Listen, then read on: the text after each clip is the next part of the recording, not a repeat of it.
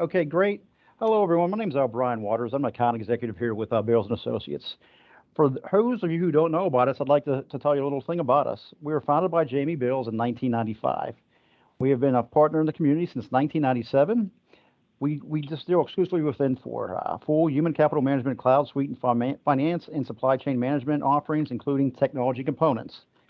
We have deep roots in Lawson and Infor implementations. A fun fact is we delivered initial cloud suite training program for the Infor and all its partners.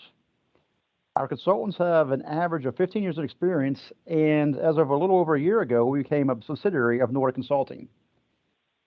Today's session is being recorded, and a link to the recording will be sent to all registrants. If you're not registered but would like to receive the link, please email Molly Velasco at balesllc.com to request a link. Again, we'd like to thank you for joining us today. Let me turn it over to Geri. Geri, thank you. Thank you so much, Brian, and welcome everybody and happy Friday. So I'm going to first wave hello to everyone, and then I'm going to go ahead and turn off my camera. I talk wildly with my hands, so we want to make sure that it's on camera. All right. Well, welcome everybody, and thank you again so much for taking time out of your Friday to attend our session on EDI. So a little bit about me. I am the practice leader for supply chain at Bales. I've been very excited to be part of an amazing team, and I am an Infor certified financial and supply management consultant with over 21 years of Infor Lawson experience. I do live in Virginia, and our home is nestled between the Blue Ridge Mountains and the Shenandoah River. Quite beautiful, not so great on the internet, but still beautiful. And I love soccer. And of course I love EDI, because who doesn't, right? So let's go ahead and get started. We do have our disclaimer first, because we do have some screen prints in here. So we do have to present this to you in reference to Infor FSM. And the presentation is for informational purposes only, and we want to provide you with considerations as you make best decisions for your specific organization. And so reliance on the information presented without consultation is at your own risk. So we do highly recommend you contact Bales to discuss how solutions could be tailored specifically to your needs. But we're going to give you what you need to know about EDI as we get started. It is an overview. So let's look at the agenda. We've got a really full agenda coming up. We'll present a little bit of an overview on EDI. We'll then discuss EDI and EDI related setup. This is specific to FSM. And if I do have any of our S3, V10, or even V9 clients out there, don't worry, you'll hear me mention the form numbers for you and how it relates to try and make that bridge a little bit easier. Then we'll talk about EDI processing. We've got some flow charts, and this PowerPoint will be posted as well as the recording, so you'll have something to refer back to. We'll present some helpful hints, and we will, this is very excited, my favorite part, the new enhancements. Kudos to Infor Development. They've done an amazing job with a new enhancement that's rolled out. There's actually two that we're going to call out in case you hadn't heard about those. We want to make sure you do if you're an existing client, and if you're new, something to look forward to. And then we'll have a Q&A, right? And I know we did receive some questions ahead of time. I do hope to answer those as we go through the session, but in case I don't, we have time at the end. So what is EDI? I think I like to call it an easy data interface, but it's really electronic data interchange. And it is the paperless exchange of documents between trading partners. Most common, we may recognize EDI as sending a purchase order to a vendor, okay? And the key thing here is data is transmitted electronically. It is really an interface if you think about it. But the objective of EDI is really to streamline your business operating procedures. You want to reduce costs and reduce errors, and by sending data directly versus the old-fashioned way of perhaps calling or even faxing or emailing now. We've got many ways that we can transmit data, particularly if we're talking purchase orders. But the key thing here is we want to make sure we are able to streamline our processes. There's never enough hours in the day, okay? So with FSM, what are the supported EDI transactions? What might I get excited about here? Well, on the supply chain side, they're the usual suspects. We have a purchase order, which the transaction type is an 850. We have the acknowledgements or confirmation. We have an advanced shipment notice. Think of those as your receipts, invoices, and then a price or sales catalog. So those are all supported in FSM. In addition, though, there are some transactions, a number of them, and bear with me, I think I have those individually. I should have displayed them all at once. These are the transactions that are available on the finance side. So while traditionally when we talk about EDI, we focus on the supply chain or outbound, but just know that FSM does support all of these types of transactions. And lastly, as of a few months ago, maybe 6 or so, may have been longer, Infor FSM also supports what's called a functional acknowledgement. And it's basically just saying, yes, we got your data. It's not the PO acknowledgement, but it's really sort of a handshake to say, yes, we did get that. So those are the transactions that are supported. The next thing we'll discuss are communication. What are the communication options within FSM? Well, I can connect direct to a trading partner, or I could utilize an EDI value-added network. And I've listed just a few here. Please note, I know there may be others. These are ones that we've personally worked with, whether it's GHX, Global Healthcare Exchange, Vizient e-commerce, Comport up in Canada, or others. Please note, you can connect with a VAN or direct with a trading partner. This is one of the big differences you'll see between S3 and FSM, is that in FSM, we do utilize within the EDI applications a secure FTP transaction.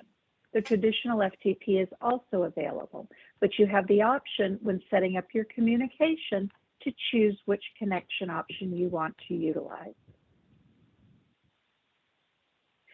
There are still 3 EDI setup. Well, there's 3. There have been 4 in our S3 applications.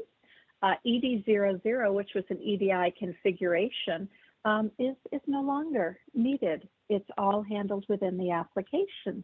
So we'll go over the setup that is required and what will need to be created, whether you are an existing client on an older release, perhaps coming to FSM, a brand new client coming up on board on FSM, or if you're there now, but really haven't really taken a look at how you could expand your use of EDI.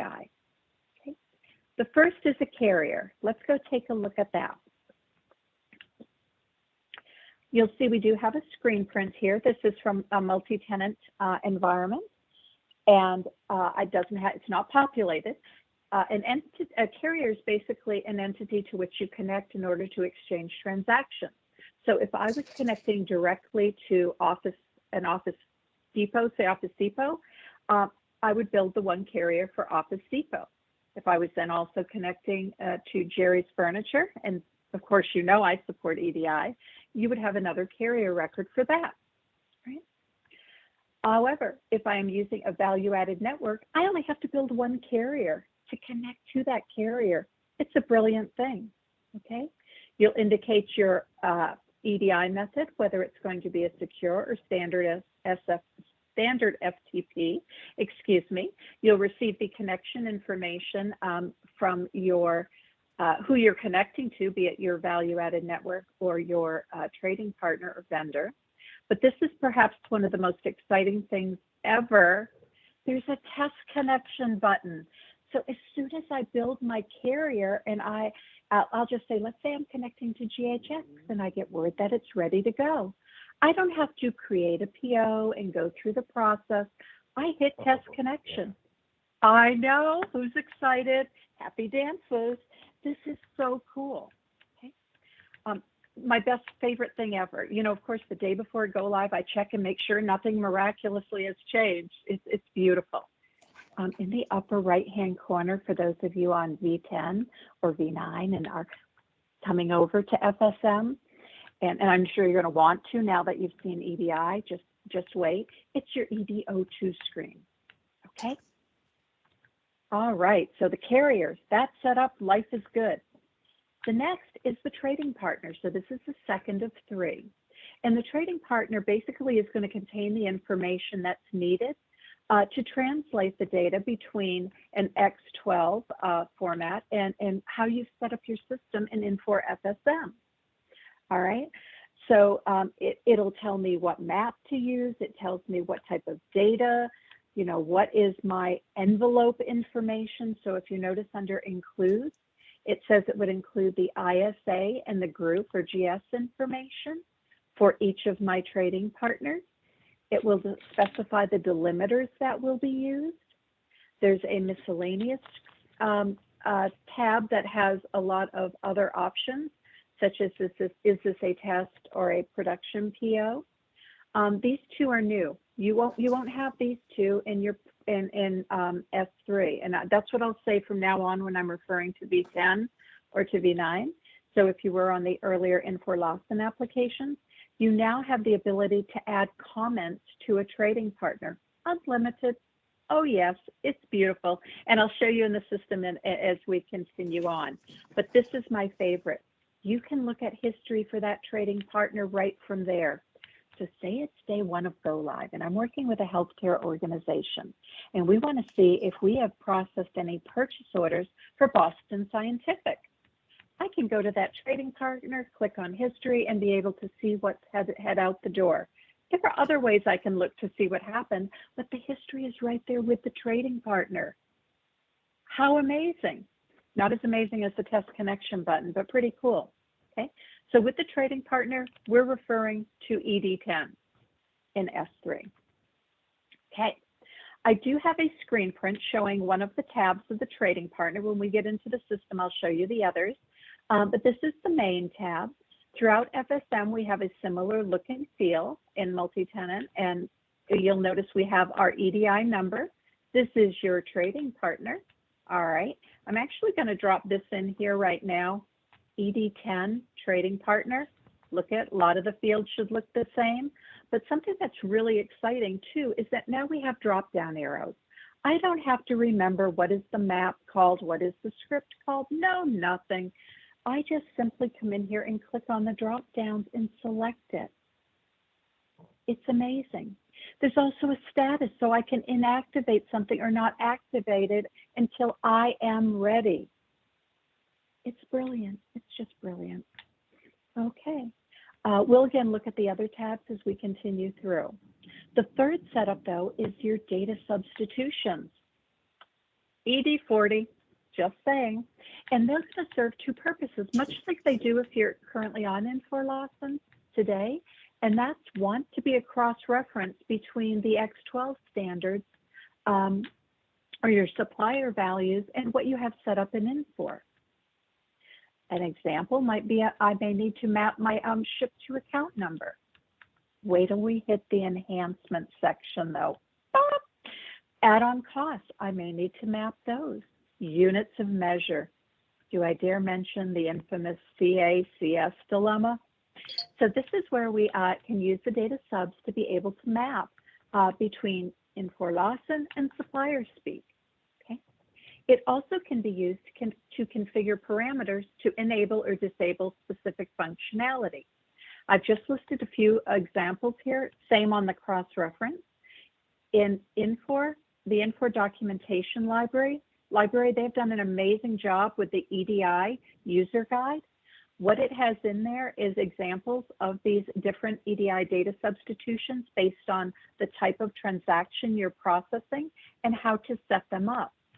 So if I am a low unit of measure client and I need to send my requesting location or a different account number based on my requesting location, I can utilize the SDQ segment, and you'll see that there are parameters that will enable you to turn that on and off. Now, I could probably spend all day talking about all these options, but this is an overview. So just know that you have your data substitutions. And someone said, one of the questions was, I have about 600 trading partners set up and data substitutions. How do I bring them over? Hopefully you've seen that a lot of the structure is still the same, and it should be a pretty straightforward transition over to FSM. There are a few changes, and one I do want to point out, which really I laugh every time I see it, but those of you who have worked directly with EDI, you know one of the fun things in regards to the substitution table, there's only three fields. The list name, which is you can't make your own up. These are from Infor. Your values, and yes, they are the same, just FYI, as in your current release if you're on S3, and then what your partner's value is. So I've just set up an example of an Owens outbound ship to, where this is a PO if it is shipped to my store's location using vendor 10065. My location is PO 01 and company 100. It's going to send this ship to account number. Okay. On the inbound company, that's going to map to company 100. Okay. I just have a sample set here of things that you may need to map. But for those of you who are on the current system, it's a 22-character field today, right, for your outbound ship tos. And the first field's left justified 5, the next one's right justified 9. Then you have an optional vendor purchase from location. Okay, hands raised. How many of you used to go 1, 2, 3, 4, 5, space, you know, to try and make sure you had it set up right? Now you just simply put plus signs between the fields.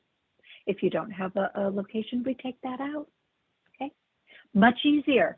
But what that means is when you're going from your current up into FSM, one of the things you'll need to do is concatenate the fields. It's brilliant. It's beautiful. Life is good.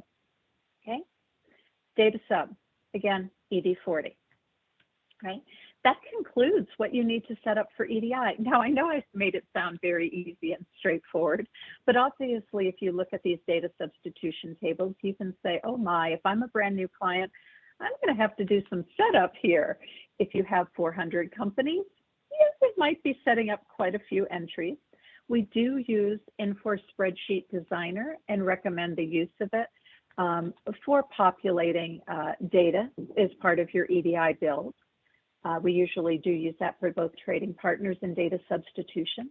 But one thing you'll see is they've added some amazing actions on the screen, and I promise I will get to those, so that you can actually go in, create your outbound on the screen, just build it manually, and then there's an action to create the inbound, so you don't have to figure out, does it go in a GSO2 or a GSO3? It's awesome. See, I want you to stay around. So let's look at the next setup. This is what I'm calling application setup. We have our EDI, our carrier, our trading partner, and our data substitutions built. Now we also need to take it to the next step. If I am sending any outbound purchase orders, one of the things that I need to do is I do need to map my purchasing, on the purchasing vendor, I need to map my EDI trading partner number to the EDI number field on my purchasing vendor, or my vendor purchase from location, depending on how I've done my vendor setup. What this does is for the outbound, it knows when you create a PO to be sent via EDI, what trading partner do I use to know what to send? So that's on the outbound only. We don't have to do that on the inbound because it's going to use the envelope information in the transaction to find your trading partner. I also listed, if you are using any of the outbound financial interfaces, on the vendor record, there's a setup there. There may also be additional setups. I'm going to focus primarily on supply chain from here on out. And if you are a finance, focusing on the finance transactions, let us know. We'll need to do another session. Okay, these screen numbers, just FYI, are your PO 10.1 and 2 and AP 10.1 and 2 for your AP vendor or your purchasing vendor. Okay. It's also where you would flag the vendor for EDI, and I meant to add that and forgot. So if you're taking notes, make sure you add that. You would flag the EDI issue method. Okay. But wait, there's more. So in addition to EDI setup and our application setup, this is the last that we need to do. In FSM, Infor will deliver 4 Infor Process Automation or IPA flows that are used for transmitting and receiving the EDI files. Meaning, I know some of you may be sad on the current system, ED 330 is going away. Yep, no ED 330 running all the time. ED 501 and ED 502, they're going to be gone too. You'll see why in a moment. But these are 4 flows. Just as a quick FYI, the outbound is the one that will send your outbound transactions. If you have a specific trading partner that needs to have one transaction, meaning one envelope, one ISA for each transaction, you can use this new one, Outbound Single. And this was an enhancement that came out a while ago. I think it's put in place for Amazon, but I cannot recall. So you may only use one of these. On the inbound, there are 2. There's one that's inbound. That one's always been out there since FSM came to be. But now there's another one called Inbound and Translate, okay? For those of you who are on the old system, you remember you could just pick up transactions or you could pick up and translate them. And that's what this is going to allow you to do. In a test environment, we like to use the inbound one so that I can follow it coming in and then I'll translate it myself. But in a production environment, we usually will go ahead and build a trigger, if you will, to kick off the inbound and translate. So it does it both at once. If we do have any IPA folks on the call who just really enjoy looking at the actual IPA flows, they can be found in this path listed on slide 16. That's the actual flow. But what we need to do from a build perspective is go ahead and set up those really cool triggers, process triggers, so we can kick off the flow. Get so excited there. So this is an example of a screen print of setting up the trigger for the the inbound data exchange. The process name is one of the 4 from the previous slide. Your work title, you can call this whatever you like. I copy and paste.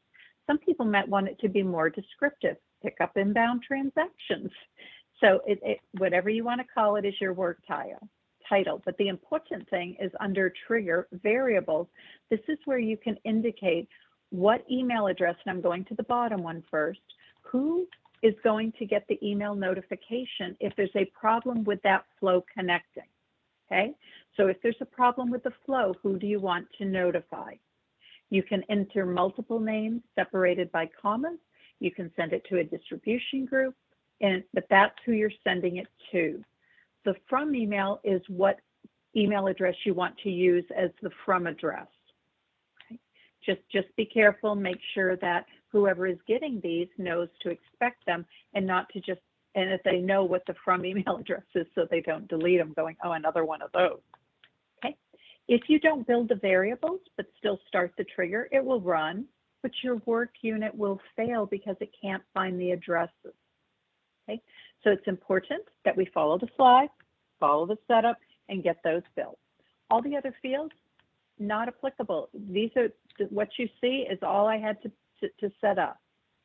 Okay, now we're going to get into processing, but I'm going to take a breath, quick moment. And are there any questions in the chat yet that I need to address, or? Let's say no, off we go. All right, because I can't see the chat, so bear with me here. On EDI processing, this is actually a screen print from the menu in the system and the sequence in which things happen. So first, purchase orders, they're created, and if the vendor is flagged for EDI and that purchase order is issued, what's going to happen? Mass PO issue, or are you ready for this, V10 folks? Or manually issue the PO from the purchase order screen. What? We couldn't do that in V10. No, you couldn't. You had to run the mass issue program. And that's because the system created a file. See, I don't remember, was it fixed record length? EDI Work or PO EDI, I think it was called. Gosh, I've forgotten. But what will happen in FSM is all of this data is put into a business class. So I know we received a question saying, can I get to the data? Does it write it to a file? What I want you guys to think about, if you're on the current system, anything that used to write to a file that would sit in a directory on the server, now it's in a business class that you have access to, provided you have security, that I can query, I can, again, have access to it. I guess the big thing I want to say, it's very visible. That's the word. Okay, so we create the PO, we issue it, and then after it's been issued, it's going to drop into a particular business class. And I've got those listed on a slide further on. Lots of information to read tonight if you cannot fall asleep. But it's really going to be visible to you. So real quick thing, for those of you in the past who said, well, wait a minute, when I send my first test PO over, what if we've got a bunch of them that are already POs that were already ready to go and were issued? No worries. We can go to this business class, delete all the ones that are out there now, and get ready to send a clean one purchase order test out. This, of course, is in your test system. All right, so we have our PO, we issue it, it drops into a business class, not a file, yay.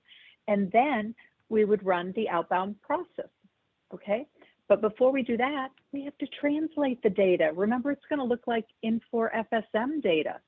So we will run translate outbound. And I've included a lot of information here, but what I really want you guys to take out of this is if you translate and send, or do I do translate only? So those are the two options. If I select translate and send, that's going to both translate it and it's going to add it to something called the EDI Exchange to be picked up by the trigger and sent out the door. Okay. On the other hand, if I'm in test mode and I only want to create a file to be able to send to someone, I can use translate only. This delete is very important. This is how you want it set up in production, to translate and send and delete that input data. You do not want it to not delete it and send it out again. But for testing, you can see how this setup can be important. Okay. This is the equivalent of ED 502 or one of the ED 500 programs. All right. So the last step is to start the outbound trigger. And you'll see we've included this here in case some of you are in test mode and wanted to know, how do I send that out the door? Okay. All the steps that I showed you manually, we usually create a scheduled job that chains those together. It'll run mass issue, it'll translate, and it'll start the flow to send it out. And you'll have that running throughout the day. So those are outbound. Let's talk a little bit about inbound, because we want to pick up our invoices and our receipts, maybe our confirmation. So we're referring to our confirmations or PO acknowledgements, our advanced ship notice, aka receipts, our invoices, as well as a price catalog. Okay. So first thing we have to do is think about it as the flip from what we just saw. We have to start that trigger. It'll go look at your carrier connections, the flow will. So I start the trigger, it says start my flow. I always call it start my engines, but it's going to start the flow. It's going to go out, use your carrier settings, and then it's going to connect.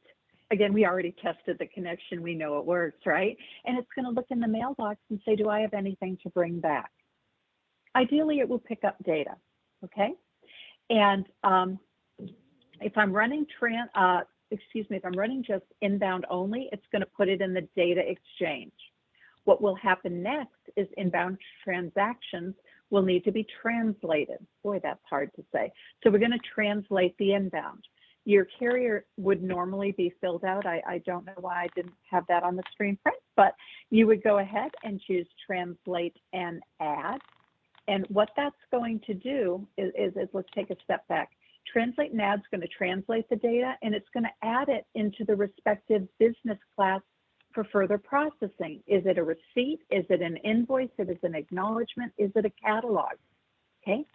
If it fails, it's going to add it to EDI Work if it can't translate it. Maybe the trading partner doesn't exist. They can't find it.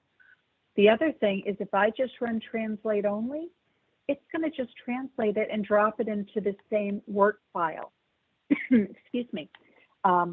So much like on the outbound, if I'm testing, I could try and translate first before I add it into the appropriate directories. But just be aware that if you're doing the joint program where it's going to go ahead and pick up your transactions and translate them, it needs to do translate nav.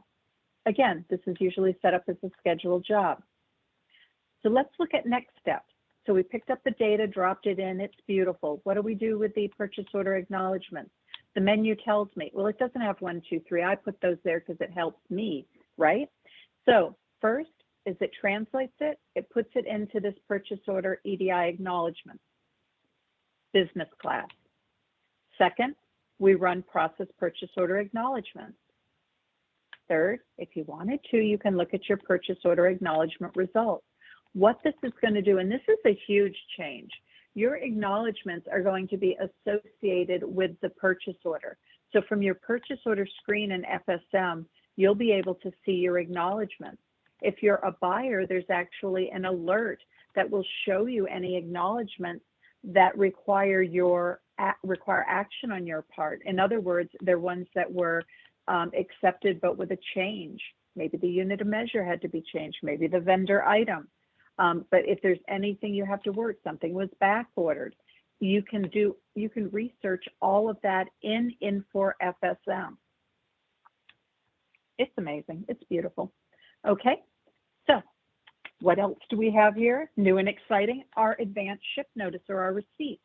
Just like we saw for the PO acknowledgements, when the data is translated, it's going to put it into the receipts interface input. We'll then run the receipts interface creation program, okay? That's where it's going to try and interface those receipts into your system. There is a place where you can look at results, and I know this is sad, but in the unlikely event, when it goes to create that receipts interface, if anything fails, it goes into your receipts interface maintenance. And apologies, I forgot to put up here MA53 for our S3 clients. So this is where you would work the errors. It's just easier, okay? The invoice, almost the exact same. Translated data comes into an input file. We go ahead and run the interface. We look at the results, and then we can work the errors. There's a little difference in how after you've corrected the errors, you go back into the results and resubmit from within there. So rather than running it against an error database as you did in S3, that's an option. Again, we have our little down arrow to show the menus are in the order that we need them. Okay, this is the equivalent of, was it MA54, I think, in S3 for our interface. So this is also, just as an FYI, and I should have backed up here on the 856, if you're using the bill only auto receipts creation, that will also go into receipts interface input, but it will have what's called a different run group, or we encourage you to have it have a different run group so that when you process your interface, you can indicate which records to select. If any of you have a business need to run the receipts or invoice interface differently based on who the trading partner is, that can be accomplished much like it could in the world today, if you will, if you're on S3.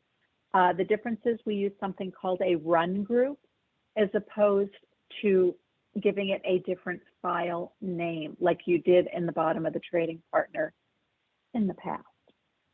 All right, the last one is the inbound price catalog. This one looks a little not quite as exciting because there's only 2 steps here. That's because the work is going to finish over in contract management. And this is not the GPO interface. I need to make sure you guys are aware of that. That whole contract management GPO interface is not what we're referring to here. We're referring to getting an 832 file, okay, from your vendor, and whereby we'll go ahead, pick up the file, translate it, it drops it into the interface catalog. When you're ready, you run to create import records, and it actually is going to create contract interface records over in contract management. Okay. You know, the next slides are all about processing, and it's designed to hopefully help you guys. But I realize now the pleasing colors are very difficult to read. So you may want to print it out or get a very large monitor like I have done to do that. So outbound processing, I'm going to kind of go through this fast because not too fast because we've already covered it, but just to have you understand how you can utilize this down the road as a tool to help you. When a PO is flagged with the issue method of EDI, when we issue it, it puts the data in the purchase order EDI output business class. I included spaces between the words, but that's the business class if you took the spaces out. There's a screen where we can go look at that, but that's where it adds it. You'll run a program. The programs are in the green, sort of green. You'll run translate outbound.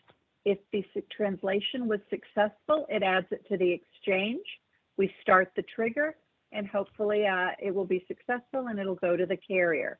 Our happy path across the top. If, on the other hand, there's a problem with the translation not being successful, maybe it couldn't find the trading partner. I know that would never happen in our setup because we've done all the steps in sequence. But what you'd have to do is research to say, oh, geez, what happened? And then come back up and perhaps send it back through again. So translation successful on the outbounds is a pretty high hit rate. Okay. The next thing we would do is go to our inbound processes. So again, these are designed to be reference documents for you. In the upper left, from outbound, we're going to start our inbound trigger. It's going to go pick up data and put it in the data exchange. The next step is to run translate inbound. Again, that can be chained together, so this happens automatically. All right. Once it's translated, if the translation is successful, let's assume it always is, off it would go, and it says, is this an acknowledgement? Well, I'll add it to this business class. Is it an advanced ship notice? It'll add it here. Oh, sorry, got excited there. If it's an 810 invoice, it'll add it to the invoice, EDI Invoice Match Interface Input. Another one fun to say. If it's not any of these, I assumed it was an 832. Again, right now, those are the transactions we have for inbound, all right? However, unfortunately, on the inbound transactions, sometimes we do indeed find, if it wasn't able to translate it, maybe it was one of those ones where based on the GS and ISA information provided, as well as the version and what type of transaction, it couldn't find the trading partner. If it can't find a trading partner, it will write that transaction to EDI Work and reflect the transaction in the exchange as error. So that will enable you to be able to research those errors, correct it, and resend it back through. We don't have to go get a file and do all the crazy things. It's in a business class on my screen in a list. It's beautiful. All right. The next 4 slides that you see, 29 through whatever, have to do with the acknowledgements, the advanced ship notice, the invoice, and the contracts. Much like we saw before, the only difference is these have the business class name.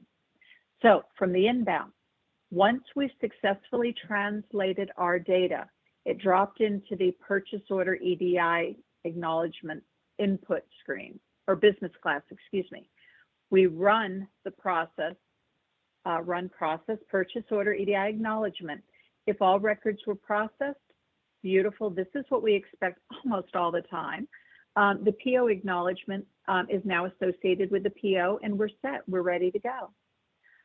If, however, not all records are processed, you want to review that screen and see. We occasionally will find a problem where the company or vendor may be missing because we're missing data substitution records.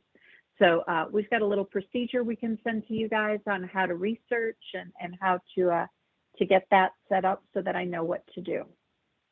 We're really trying to enhance our error reporting training guides. So just to let you know. If it wasn't a company or vendor missing, we really need to research and see why didn't it pick it up? Did we not run the process? Did we run it for a company? Was there not any there? again, take a look at that. But really, the bulk of the time we see those popping across the top there. Beautiful. Receipts. We run the receipts interface creation after your data's been translated. Were there any errors? No, of course there were not. So the receipt is corrected, and then the rest is your normal process. If, however, there was an error in the receipt interface, maybe the PO was not released, maybe the line was not on the PO, it couldn't find it. Keep in mind, it's going to try, there's a parameter that says, I want you to look based on the item number and the vendor item. Try every way you can to find that line, okay? If there is an error, we have to work that. We go back, edit it in this business class, and send it on through, depending on what the error is. We may have to go back to the exchange, but basically it's self-contained. Okay. Lastly, invoice, same type of process. It should be very similar to you guys are on Infor today, but they're all in business classes. It's easy peasy to see. And wait till you see how easy it is to look at the transactions. Okay, so same exact process. Lastly, because who would forget, contract, same type of thing. Again, I went a little crazy with all of these things over in contract management, but basically once you have your contract interface created, you run that, the interface is created. At that point, if there are errors, you're working it over in contract management, okay? These are designed to be helpful. Hopefully they are. Let us know. All right. So I thought what might be a really cool idea now is to go into the system with some helpful hints and help you understand the EDI Administrator menus, because that's really going to where you're going to find a lot of the, oh my gosh, is this amazing? I didn't know I could look at it here. All right. And then we have after that, we'll come back. I think I have, about 2 minutes. So maybe we have a little less than that. I may go a smidgen over, Brian, sorry, before we turn it over to questions. But let's go ahead and jump into the system. Over here. Okay. I've taken on the role of the EDI Administrator. And what's really exciting is I've got this menu right here on my home page. I can see if the, oh, look, I've got some things to send and they've been waiting a while. Sorry, this is our sandbox. Do we have anything with errors? Well, no, and nothing to work. It's been a beautiful day for me. Okay. These are the menus that I was talking about before and I had screen prints for. So if I look under supply chain interfaces, this is where I have my purchase order output. Because it's output, we work it up, okay? If I am looking at PO acknowledgements, let me just scroll down. We work it down. Data is going to come into the data exchange. This is our sandbox, don't worry. But I want you guys who are very excited about EDI, like myself, of course, is please note that it will put it in the data exchange, and then when we run the trigger to go ahead and kick it off, I indicate what carrier. Well, look what it shows me down here. Here's my X12 data. Oh my gosh, is this exciting? Look, it's there for everything. It's like, oh my gosh, how exciting is this? My N1STO4, what's my ship to account number? Here it is right here, okay? It's awesome, that exchange, but it gets better. Not better here. If things fail, they go into EDI Work, okay? And I don't know if we have any, these are all new ones that that have been pasted in, but you could have an error message. And it would tell you right here, trading partner not found, and you can work that. Here's another helpful hint. Transaction history. The application value is your PO number. If you wanted to see, just at a glance, the first day of go live, you know I'm paranoid, I'm going to be checking. Well, if you don't know, you do now. I'm going to go ahead and I'm going to look for my PO number. Application value here in transaction history for me is our PO number. I know that's not a valid one, but I can see what type of transaction. So you'll see these are all separate PO outbound. But if I had an 856 receipt or advanced ship notice, I'd see that down here. My goodness, is there no shortage to how I can find my data? But the thing I wanted you to know here is this is where you can put in the PO number and you can actually see all the transactions associated with it. So if I saw an outbound PO and I did not see a corresponding acknowledgement, now would I look at these manually? Oh, heck no. But you know what, when I'm testing or on day one, I'm going to use this. Also, just to let you know, everything is archived to EDI Archive, whether it's, look at this data down below. This is a PO that needs to be translated, okay? Or whether it is when it was translated, and that should be above it, when it was translated and sent out the door. So everything is here. It's just amazing, all right? So got a little excited there, but I wanted to make sure that you guys had a chance to see that. For the supply chain interfaces, I'm going to go to the invoice one because I know we all like those the best. If I go under interface invoice maintenance, see how good I am at clearing them out? I don't have any. This is where I would see my errors. So again, for each of these, it's going to drop it into the input list. We'll go ahead and run the interface using this option here, or we can use the menu. It runs the same program. We can go ahead, look at our results, and then again, if there are errors, work them. So from an EDI perspective, in summary, we have our carrier. That's your EDO2. We've got a couple here. We've got our data substitution. We have our trading partners. Notice it's like card, so I can search for that. I still like the list. And for those of you who haven't seen much of FSM, these are called lists. And what is absolutely amazing about them is I can filter. So maybe I want to see anything that does not contain, does not equal, starts with, ends with, etc. And so I can go ahead and be able to see what's out there. Of course, I chose the one that isn't set up. Okay, so it'll drop that off. It's really quite wonderful. Okay, data substitutions, again, pretty neat. The one thing I did want to show you, and I apologize, if I go ahead and say I have an outbound, I told you there were actions. Here's the actions to create the inbound partner. So it's going to create the inbound partner directly for you. I know, right? Exciting. Interchange. This is your ISA, GS. And how many of us wondered, do I put it in the, which field? Notice it tells me this is where it's going to go. It's going to go in the 06. This is an outbound. I'm the sender. Who's the receiver? Looks like we're sending it to ourselves. That seems interesting, but yet we are. Okay. Again, this may have been to create an error to show you guys, but that's sort of a very, very, very high level overview of what the EDI administrator role is.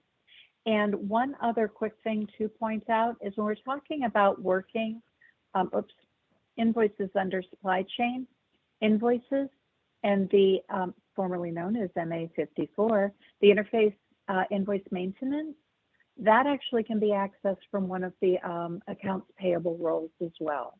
So you'll see that on their menu. So you don't have to give them access to EDI to be able to see that. Okay, I'm going to do two more things, and I know I have to finish up because I ran over. But on slide 34, what we did is we pulled some of the enhancements that Infor Development, and I want to give a huge shout out to them again, to Infor Development. Love you guys, and they've done an amazing job with EDI. This one up here, I'm going to spend some time talking. Don't jump ahead yet. Mapping the ship to account number from something called purchase order EDI output. What? That doesn't sound terribly exciting. But displaying 810 reference segments on the invoice screen. So if the vendor sends you information, that will display. We're now going to get file counts. How exciting is this?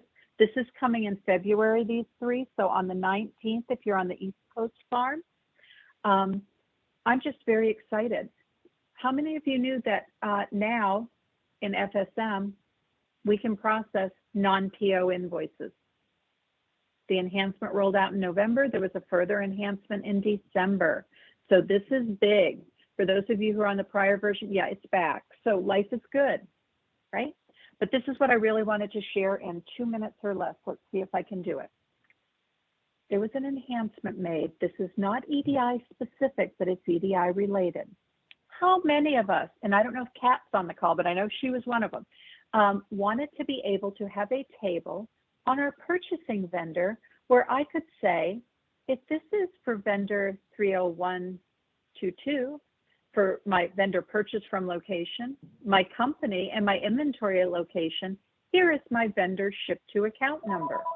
We had it for EDI, right, everybody? We had it for, well, maybe you didn't know, but we had it for EDI, still do. But one thing we didn't have it for was for fax, email, or printing. So what happened in November is this rolled out in November of last year, it may have been October. I know I did a huge happy dance. And that enables me to build those outbound ship to records here. But what month are we in? February, in Valentine's Day month. I think it's a gift to me, could be to all of you. Now I don't have to build those outbound ship tos if I build them here on my vendor, meaning I don't have to maintain them in a custom file in AP14 in the old world. I don't have to build separate vendor locations for each of my facilities to be able to get the right ship to account number out the door for non-EDI. Okay, very, very cool. And on slide 36, it has the information from the CU release notes or what's new.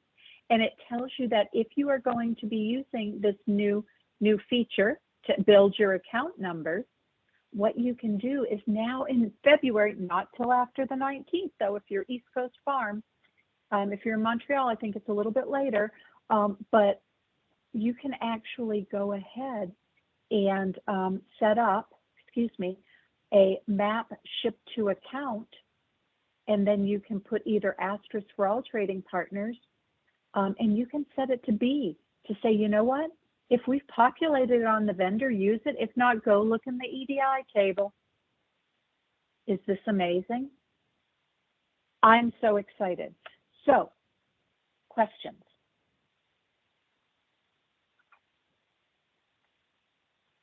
Hi, you Geri. guys just so excited you ran out the door. Sorry. Yes. Geri, I saw during the process, in the chat, it said from Karen. She said, "I do not see the split screen. Why would that be?" Or no, let me go to the first one. The first one was, is there an email notification if there is an error? But this was at 1:42. This is about 10 minutes back. That came from Bonnie. So Bonnie, if you're still on, can you do you need some clarification, Geri, on that? No, I think when she showed us how we can go and look at those errors, that's what I was looking for. So. Okay, thank you. The next one was Karen. She says, "I do not see the split screen. Why would that be?" That was from Karen Kugler. Karen, are you still on? Yes, I am. So when she was showing like the EDI work list or the transaction history, and she clicked on like one of the line items on the bottom, you could actually see the archive detail. I don't see that. I just have the list, but not the bottom part that yours had, like that provided you with the archive view. And I'm trying to remember. And I was like, yeah, what the heck? Let me go ahead and if you could paste your email address in the chat for me, I will go ahead and take a look at that, and we can take a look because I'm not sure. It should have had all of that. I'm trying to remember. I was trying to show you guys so much because it's so exciting. The one thing I will say is depending on how many lines you show. So for example, I originally showed just 5. So that I could easily see the bottom portion of the screen. One of my coworkers always has his set to 200, even if there's only 20, but he sets it. And so then you have to scroll all the way down to see it. But I know what you mean if it says you don't see that. I'm wondering if it's a different place I changed to. Yeah. No, I went and changed it to 5. I thought that was the problem initially. So I reduced it to like 5 or 10. And I still have to do the right click and mine into it to get to the, to drill or to get to the archive on the transaction list. So I would love to have that. It's just like I couldn't get it to show. Absolutely. No. Well, I'll go ahead and email you, and we'll try and figure out when we can take a look and make sure we can get that for you. Okay. Excellent. So So Dawn, you got the screen, thank gosh. This is recorded. You probably just heard my craziness, right? And I think, good when. You have, does EDI need to be configured before it can be utilized? And the answer is yes. But what, I want to make sure I understand, but what you mean by configured. When it's delivered, the functionality, the forms, the business class, everything is ready to be populated. You would need to go through the setup. Remember the 3 EDI, the 1 application, which is adding the trading partner, and then setting up the triggers. But there isn't any technical configuration that needs to be done like we did in earlier versions. Does that answer your question? Good one. Yes, thank you. Thank you very much. That's it? Oh, you're very, very welcome. Okay. So Karen, that's the big thing. We got to figure it out. And I do know somebody asked about bill onlys, or excuse me, not bill only. Yeah, I think bill onlys and also substitutions. And I'm afraid we didn't have time to include that with all of the other wonderful things that were included. So I do apologize for that. We will try and get some information. We may need to schedule a follow-up. So if you have any suggestions, let us know. But I am going to go to the next slide in the PowerPoint. And are there any other questions that we missed? Does anyone have any they'd like to have us answer? No, I did. This is Karen again. One more quick question. Hey, to Karen. process the expense. Hey, that's me again, right? So the basic, I see them inbounding those expense invoices, but they're all airing out in the interface. So there must be specific like mapping or something, right? Where can I find that? I know, and I'm looking for that, but I don't know where to find that to process those. Right. And I'm trying to remember, I believe it is in the release notes. Is it on infor.doc.com? I don't think it made it into the EDI user guide yet. But let me look if I can see that. And it should be under, if you go under, in docs.infor.com, go under what's new and under the release guide. The only problem is I'm trying to remember, I hate to have you look at 2 months. I can't remember if that rolled out in November or whether it rolled out earlier. And I do know that development at Infor, they were working on trying to put together a fact sheet or something on that. So I can check on the status. I'm sure they missed me. I haven't talked to them in a while. So let me see what we can find out about that. You're welcome. Thank you. You're very welcome. Well, thank you, Geri, for that. Thank you, Geri, for that informative session. Our remaining February sessions are Friday, February 18th, 1 o'clock Eastern, closed management benefits. We have another one at the end of February, February 25th at noon, mobile supply chain management review. As a closing thought, we wanted you to be aware of our Coffee with Consultants offering. If you have any questions about what you saw today or any questions related to the Infor products, please reach out to us via our website. We will connect you with a consultant who will spend up to a half hour with you at no charge. They will answer any questions related to your Infor system. Thank you for attending, and we will see you soon. Have a good day. Thanks, Geri. Thank you, everybody. And you're very welcome. And Karen, I will be in touch. Thank you. Thanks. And have a happy Valentine's Day, everybody. Thanks. Same to you. Thank You you. Bye-bye. You too, Geri. You're welcome. Bye-bye. Bye now. Thank Bye. you. Bye.